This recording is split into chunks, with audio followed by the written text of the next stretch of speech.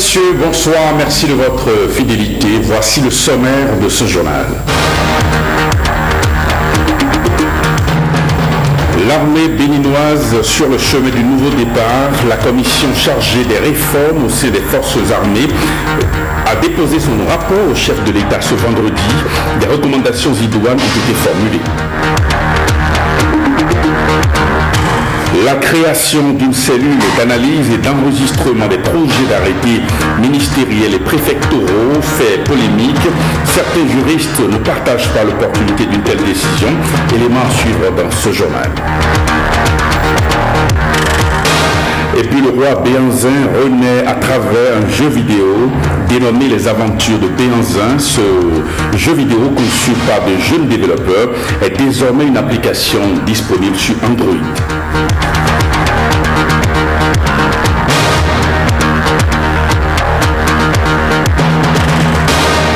Merci de votre attention. Les avis sont partagés au sujet de la décision du Conseil des ministres de procéder à la création d'une cellule d'analyse et d'enregistrement des projets d'arrêtés ministériels et préfectoraux.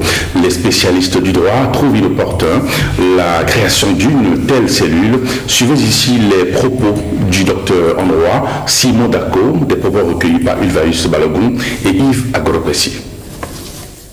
Il est vrai que ça correspond à un besoin. La façon dont certains ministres prenaient des arrêtés, surtout au départ, la façon dont certains préfets prenaient des arrêtés, laissait penser qu'il y a un laisser-aller total. On se demande s'il y avait un chef a un besoin exprimé et peut correspondre à une solution. Mais la solution aussi peut devenir un problème. Et c'est là qu'il faut analyser les choses en se demandant si, à première vue, est-ce que la cellule juridique de la présidente de la République n'aurait pas fait l'affaire? Parce que si on demande aux ministres de passer par la présidence pour valider leurs arrêtés, pour faire une sorte de cohésion gouvernementale, il y a lieu de se poser des questions. Est-ce que les ministres nommés ne sont pas censés déjà connaître les orientations générales du gouvernement? Est-ce qu'on a nommé des gens qui ne connaissent pas la politique du gouvernement? Ça pose un problème. Ça pose un problème de compétence, ça pose un problème d'harmonie même du gouvernement. Ça va sans doute nuire à la promptitude des ministres, à leur réactivité. Au-delà de ça, il y a une question de confiance qui se pose. Lorsqu'on nomme, on choisit sur le volet 12 personnes pour être préfet. Ce n'est pas n'importe qui. Et donc, je suppose que c'est des gens dont le pédigré a été apprécié. C'est une solution, mais qui peut poser à la longue plusieurs problèmes. Le relevé du Conseil des ministres dit clairement qu'il s'agit d'une cellule d'analyse et d'enregistrement des actes réglementaires des préfets et des ministres. Alors, quand on parle d'analyse, on peut se poser la question de savoir s'il ne s'agit pas d'analyse juridique. Et s'il s'agit d'analyse juridique, est-ce que cela ne relève pas plutôt d'une cellule juridique? Et si cela relève d'une cellule juridique, est-ce qu'il est opportun de créer une nouvelle cellule tout en sachant qu'il y a déjà des cellules juridiques? De toutes les façons, c'est une cellule qui risque d'entrer en conflit avec le secrétariat général du gouvernement ou la cellule juridique qui est donc créée au niveau de la présidence de la République. Vous venez donc de suivre le professeur Ibrahim Salami et le docteur Simon Dako sur cette question. On va parler santé avec la résurgence du choléra. Eh bien, des foyers de choléra seraient détectés dans certaines régions du Bénin. Plus d'une dizaine de cas déjà révélés. La maladie est due, vous le savez, à l'inobservance de certaines règles d'hygiène élémentaire. Les autorités en charge du secteur appellent à la vigilance. Franck Saint-Audji, il est chef service épidémiologiste au ministère de la Santé. Il nous donne ici plus de précisions au micro d'Héloïse Vinator. Nous gérons en ce moment 2 foyers épidémiques de choléra. L'un à Soava où on a déjà enregistré 19 cas. Le second foyer dans Cotonou, notamment Cotonou 4 et Cotonou 5, où on a enregistré à ce jour 14 cas. Heureusement, pas encore de décès sur ces 2 foyers-là. Je dois informer aussi qu'il y a un 3e foyer à Gobada, mais ce foyer n'est pas encore confirmé comme un foyer de choléra. Dans la commune de Savalou, il y a une situation de diarrhée-vomissement avec cas de décès. On a déjà enregistré 3 cas de décès, mais contrairement au foyer de Cotonou et de Soava où on a déjà eu la confirmation biologique qu'il s'agit bien d'un cas de choléra, à Gobada, on n'a pas encore la confirmation biologique. Le choléra est dû à un microbe qui se développe au niveau du tube digestif et qui entraîne des diarrhées et des vomissements assez profuses et qui peut entraîner la mort en quelques heures si le traitement adéquat n'est pas mis en route tout de suite. Je dois ajouter aussi que c'est une maladie, la contamination est orofécale, c'est-à-dire que vous développez la maladie quand vous consommez de l'eau ou des aliments qui ont été contaminés par les selles d'un sujet malade. Et il faut aussi savoir qu'on le classe dans le lot des maladies dites des maladies des mains sales. Et d'où le premier conseil que nous donnons aux gens, c'est bien d'appliquer les règles d'hygiène élémentaires en cette période, c'est-à-dire se laver les mains à l'eau et au savon après avoir été aux toilettes, avant de manger, après avoir manipulé tout instrument ou tout objet pouvant avoir été souillé au préalable par un microbe. Les autres conseils, il faut veiller à consommer de l'eau potable, de l'eau du robinet, et aux populations qui ne disposent pas d'un raccordement de la SONEP pour avoir de l'eau de robinet, nous conseillons de traiter de l'eau avec du javel ou des comprimés d'aquatab qui sont actuellement disponibles dans les centres de santé avant de consommer l'eau. Nous invitons également les populations à éviter les crudités et de prendre les repas plutôt chauds et aussi les couvrir les aliments et puis entretenir le milieu de vie.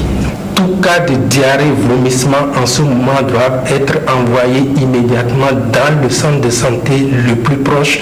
La prise en charge est gratuite. Les dispositions sont prises par le ministère de la Santé pour approvisionner les centres de santé. Et j'insiste, quand le traitement n'est pas mis en route, c'est la mort au bout de quelques heures par déshydratation sévère. La commission chargée des réformes au sein des forces armées a transmis son rapport au chef de l'État ce vendredi. Eh bien, le document, dont le contenu est présenté sous la forme de 8 avant-projets assortis de propositions et autres recommandations, selon ses concepteurs, un breviaire de choix pour un meilleur rayonnement de l'armée et des éléments de la sécurité publique. La cérémonie de remise du dit rapport s'est déroulée au palais de la présidence ce vendredi sous l'égide du chef de l'État. Renaud Akapo.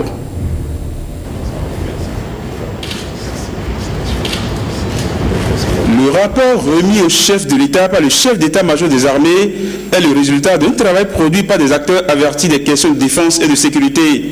Pendant 2 mois, ils ont passé en revue l'essentiel des mots qui minent la grande muette pour formuler une série de propositions.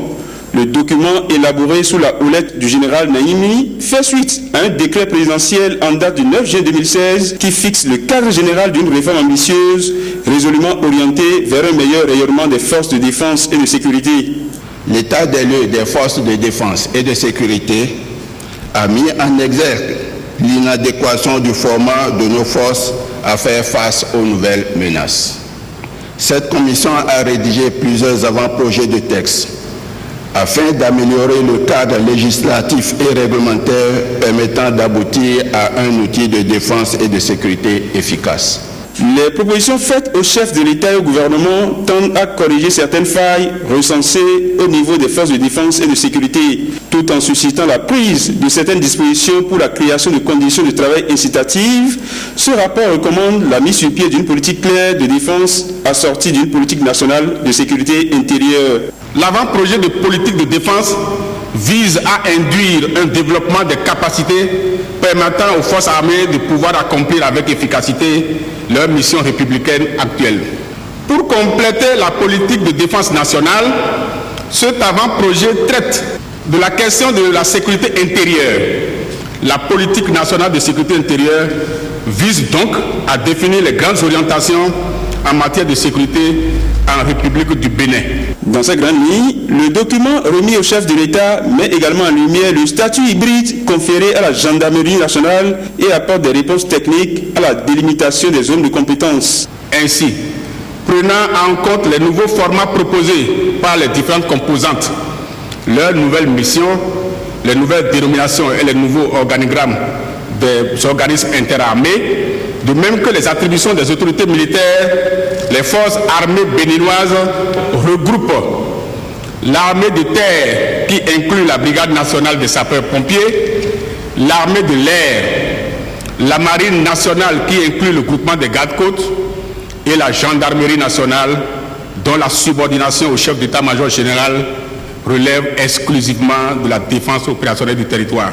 Fortement préoccupé par les questions de sécurité et de défense, le chef de l'État, chef suprême des armées, a salué l'effort collectif qui a abouti à l'élaboration d'un document pour le moins fécond. Il a promis s'en inspirer pour faire des forces de défense et de sécurité un modèle. Je voudrais d'ores et déjà vous exprimer ma satisfaction parce que d'abord, nous partageons la nécessité d'opérer des réformes au sein de ce corps si important pour notre pays. Nos forces de sécurité et de défense ont démontré à notre grande fierté depuis déjà des décennies qu'elles sont républicaines à notre grande satisfaction. Soyez-en félicités. Le moment est arrivé pour que le mandat actuel permette de faire de vous un véritable modèle et de faire de ce corps un corps qui donne satisfaction. Je voudrais pouvoir, pendant mon mandat, réussir ce challenge. N'ayez crainte, le gouvernement mettra tous les moyens nécessaires en place. La feuille de route de la commission chargée des réformes au sein des forces de défense et de sécurité est désormais assortie de challenge. Cette cérémonie qui ouvre la voie à de nouvelles perspectives pour la Grande Muette et l'ensemble des forces de sécurité dans l'accomplissement de leur mission républicaine s'est refermée dans un climat de pleine satisfaction. L'éclipse solaire annoncée pour le Bénin dans quelques jours suscite déjà des inquiétudes chez les uns, de la quiétude chez les autres. Mais la superstition qui entoure cet événement astronomique est dans le monde entier. Un tour d'horizon est fait ici par Patrick Diosso. Comme l'éclipse solaire marque une occultation de la lumière, à ce titre, l'on considérait que c'était un présage funeste, une considération pratiquement universelle. Depuis l'ancienne Égypte, l'éclipse solaire annonçait un événement dramatique, notamment une guerre, une famine, une catastrophe naturelle ou la mort d'un souverain. La mort de l'astre dévoile ainsi un signe de mauvais augure en adéquation avec la mort physique. Dans la mythologie germanique, le soleil et la lune étaient poursuivis par deux loups célestes. Leur combat provoquait une éclipse. Pour lutter contre ces monstres, les sorciers hurlaient en frappant sur des tambours. En Inde, c'était un démon qui étendait sa griffe noire sur le corps céleste. Afin d'aider le soleil, les hindous se rassemblaient dans une rivière avec de l'eau jusqu'au cou. En Chine, les éclipses étaient provoquées par un mauvais génie qui cachait le soleil dans sa main droite et la lune dans sa main gauche. Dès que l'astrologue de la cour annonçait l'événement, l'empereur et ses dignitaires devaient jeûner. Dès que la lumière faiblissait, les mandarins tiraient des flèches vers l'astre pour tuer le monstre, tandis que l'empereur frappait sur un tambour. En Afrique, plus particulièrement au Dahomey, pour nos ancêtres, le soleil et la lune étaient en couple, mais vivaient chacun dans sa case. Et l'éclipse survient quand vient leur moment d'union. Et il fallait sortir les calebasses, les casseroles et même les marmites avec des bouts de bois en main. Bref, tout ce qui pouvait servir d'instrument de percussion pour faire assez de bruit afin de les séparer. Leurs ébats amoureux criaient un débat houleux, car leur chute d'amour sur la terre pourrait brûler d'amour tous les êtres humains. Patrick Diosso, l'association professionnelle des systèmes financiers décentralisés du Bénin, consortium à la FIA, a organisé ce vendredi son assemblée générale annuelle. Objectif, faire le bilan des activités de l'exercice 2015 et procéder au renouvellement du bureau dirigeant.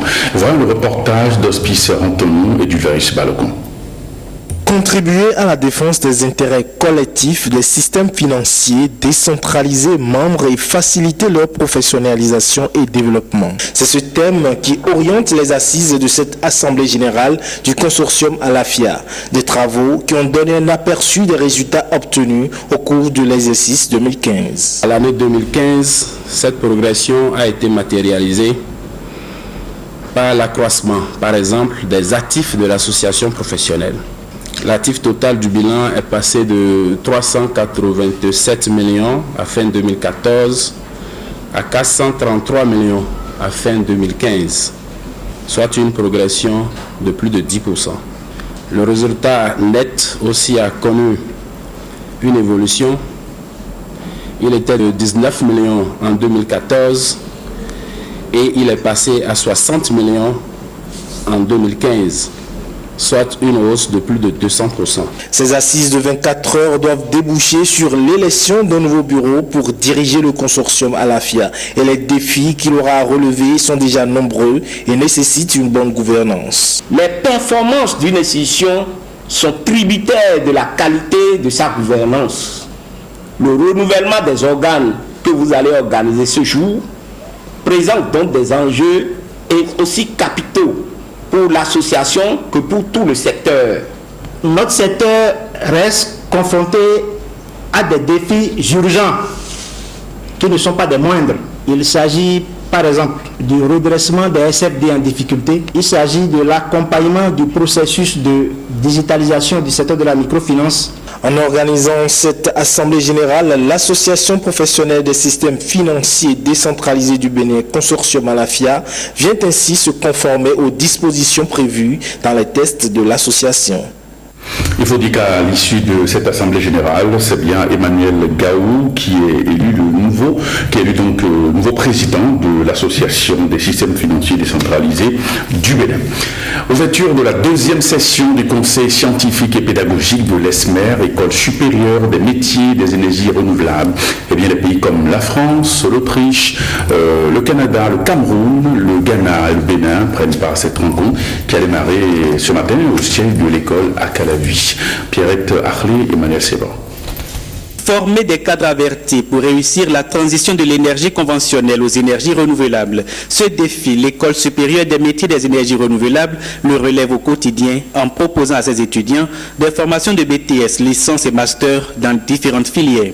C'est justement le conseil scientifique de l'école se réunit. C'est pour évaluer les performances académiques réalisées au cours de cette année et tracer les sillons du succès pour celles qui s'annoncent. La présente réunion du conseil scientifique et pédagogique à laquelle vous êtes conviés aura essentiellement à faire le point de la mise en œuvre des recommandations formulées au cours de la séance précédente, à se prononcer sur le rapport pédagogique des 2 premiers semestres de l'année 2016, ainsi que sur celui de la direction générale pour la période allant de janvier à août 2016, et enfin à examiner la vision stratégique et les perspectives de l'ESMER telles qu'elles sont envisagées par le conseil d'administration. L'ESMER est une école à vocation régionale. Son conseil scientifique regroupe des compétences étrangères, une combinaison de talents destinés à élaborer des curricula denses pour offrir des formations de qualité, lesquelles se déroulent en alternance école-entreprise, soit 40% de théorie et 60% de pratique. Nous avons parmi nous des chefs d'entreprise qui sont de premier rang dans leur domaine. Je n'ai rien à démontrer. Allez googler Groupe Azemi, Cirea, et vous verrez qu'ils sont excellents dans leur domaine. Moi-même, j'ai un cursus qui est plutôt issu du monde professionnel, donc j'ai plutôt une vision pragmatique et une vision de comment intégrer et comment développer en fait les technologies dans le cadre en fait des projets qui pourraient être initiés dans le développement durable en Afrique. La tenue de cette deuxième session est pour l'administration un symbole de renouvellement d'engagement, engagement à faire de l'ESMER une école de référence. Cérémonie de départ d'étudiants boursiers pour la Chine, et c'est pour le compte de l'année académique 2016-2017. L'événement s'est déroulé dans la salle polyvalente du Centre culturel chinois de Cotonou. Calvador Aronou, Destonia Biko et Patrick Josso. Abomey Kalavi, le seul mot compris pour tout béninois lambda, Dans ce discours, Oufirmé Adegbola remercie et apprécie en chinois les autorités rectorales et gouvernementales tant du Bénin que de la Chine. Et il n'est pas seul.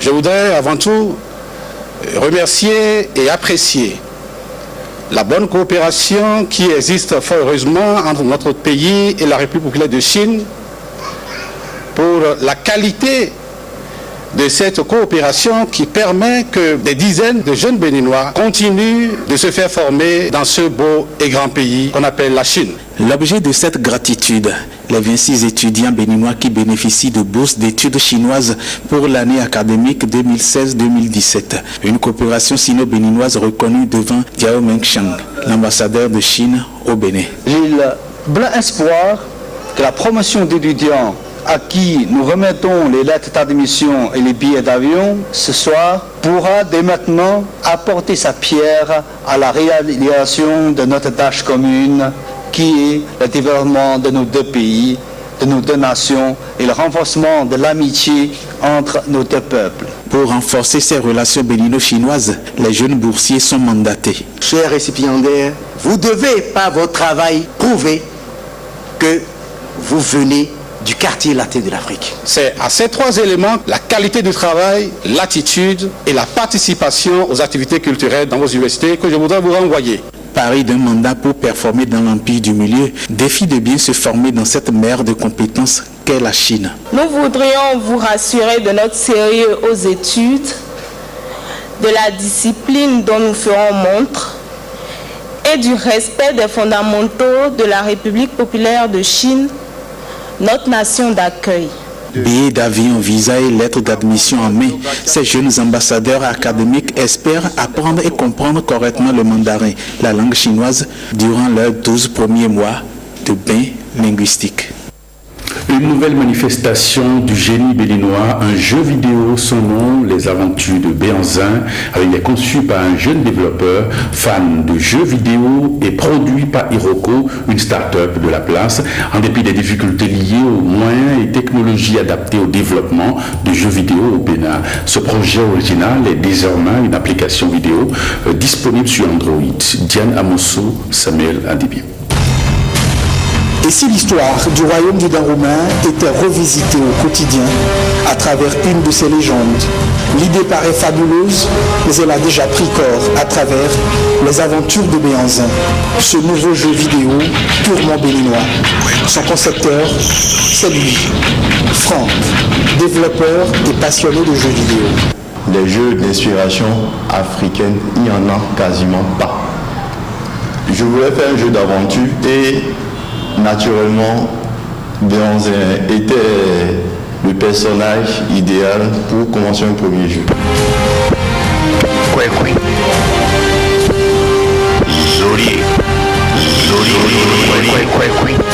Dans un univers de jeux vidéo peu fertile au Bénin, Franck, aidé de ses copains, a mis près de 24 mois à sortir les premières moutures de ce projet original. Au départ, j'en avais parlé à des amis qui étaient du même avis par rapport à mes constats, mais qui disaient au Bénin, on ne peut pas développer un jeu d'aventure au Bénin. Et pour eux, c'était un rêve. Donc moi, je me suis jeté à l'eau. 6 mois après, j'ai fait 6 mois pour appréhender l'environnement des jeux. Et 6 mois, les autres 6 mois, j'ai développé les premières versions, les premiers prototypes. Et c'est après les autres ont suivi. Donc ça a fait pratiquement 2 ans de développement. Lui, c'est David, le monsieur dessin. Son art, concevoir le personnage mythique du jeu et les créatures auxquelles il est confronté. Après avoir réalisé le dessin, on passe à une étape suivante.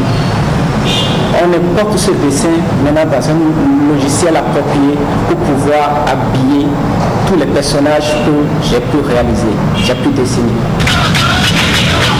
Désormais disponible sur Play Store dans une version plus stable, Les Aventures de Béanzin s'arrachent déjà sur les téléchargements. Son concepteur rêve plus grand. Actuellement, c'est sur Android. Il faudrait passer sur PC et sur les consoles. Et on doit passer aussi à la version 3D.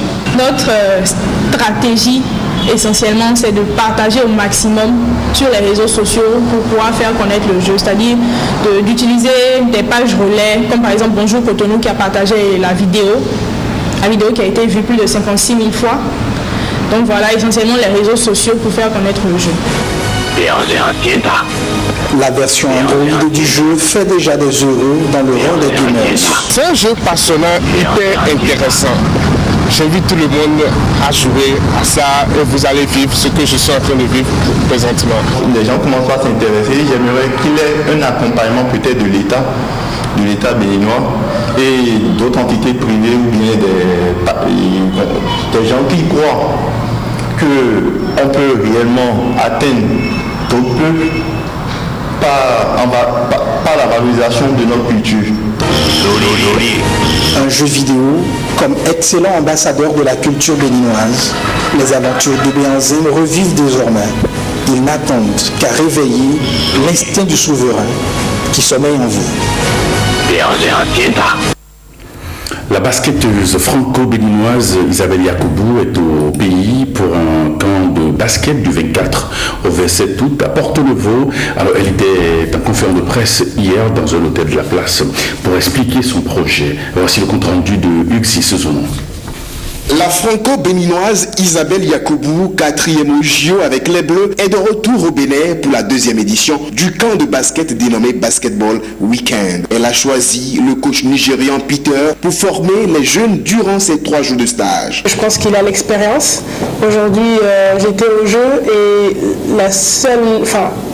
les 2 nations représentées par le basket sur le continent africain, c'est quand même le Nigeria et le Sénégal au niveau féminin. Donc je pense quand même qu'ils ont une culture du basket un peu plus élevée que la nôtre. Et c'est moi, dans ma manière de faire, c'est toujours aller chercher qui peut t'amener quelque chose en plus. Alors évidemment, on aurait voulu que ce soit un coach français qui arrive, mais malheureusement c'est une année olympique et les années olympiques sont longues. Moi ça fait 3 mois que je suis en équipe de France et je finis là, je rentre et ma saison reprend le 29. Ce qui veut dire que les coachs qui devaient venir, ils se retrouvent à une semaine et te disent mais non, on ne peut pas parce qu'on doit reprendre un club. Isabelle Yacoubou a un projet essentiellement basé sur la formation des gamins. Cette année, comme je disais, on a voulu passer sur une semaine de camp. Justement, alors ce camp il a été pour les plus jeunes parce que je pense que vraiment que l'avenir leur appartient. Essayer de les former parce que moi je sais que j'ai eu la chance aujourd'hui de pouvoir m'exprimer en Europe parce que j'ai reçu une formation. On a tendance à attendre qu'il y ait la star qui naisse de jour à l'autre, mais c'est pas comme ça, il faut travailler. Comme quoi, on n'arrive jamais au haut niveau par hasard. Une anthologie publiée, c'est bien l'élément primordial de la 5e édition du Festival francophone de la poésie des jeunes, alors du 25 au 27 août 2016. Des jeunes poètes venus de divers pays d'Afrique vont renforcer leur capacité en art poétique. La cérémonie de lancement de cette activité a eu hier au Centre culturel chinois de Cotonou. Victoire Tofa, Patrick Diosso. Aux nations qui décident de qui doit vivre ou mourir. À ces nations, une déclaration de paix pour les 3 jours d'atelier d'écriture où la poésie, l'air enceinte, mettra au monde des enfants poèmes pour une démographie fertile et féconde. Vous êtes la crème des crèmes. Bienvenue dans le patrimoine culturel éditorial du Bénin.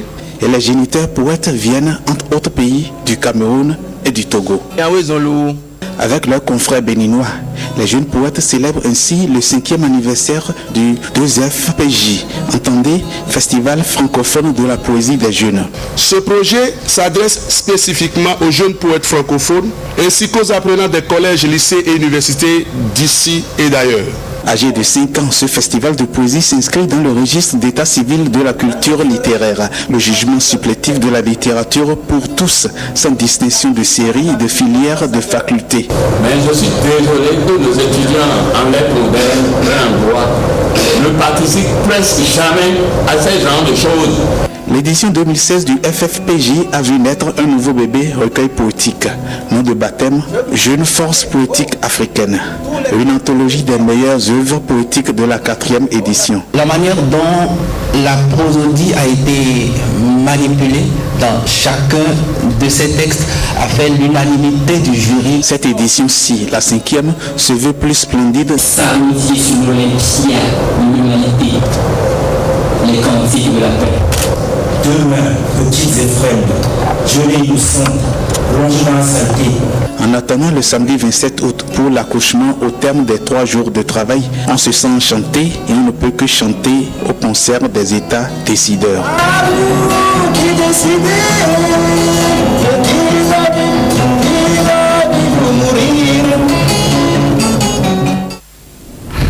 Eh bien, Capella poursuit son bonhomme de chemin, produit par l'ORTB. Ce programme de divertissement aborde dès ce samedi, demain donc, sa deuxième phase, celle de l'enregistrement des primes. Alors, ceci devant un jury qualifié. À la veille du démarrage de cette nouvelle phase, les organisateurs sont prêts pour accueillir les candidats. Ricardo Loïc-Pécou et Patrick Bénon. Ils sont 12 à obtenir leur ticket pour cette nouvelle phase de la saga a cappella. Retenus au thème de l'audition générale qui s'est tenue à Cotonou, ces stars en herbe venus des divers départements du Bénin entendent gravir les échelons et hisser leur nom sur les hautes marches de la musique béninoise.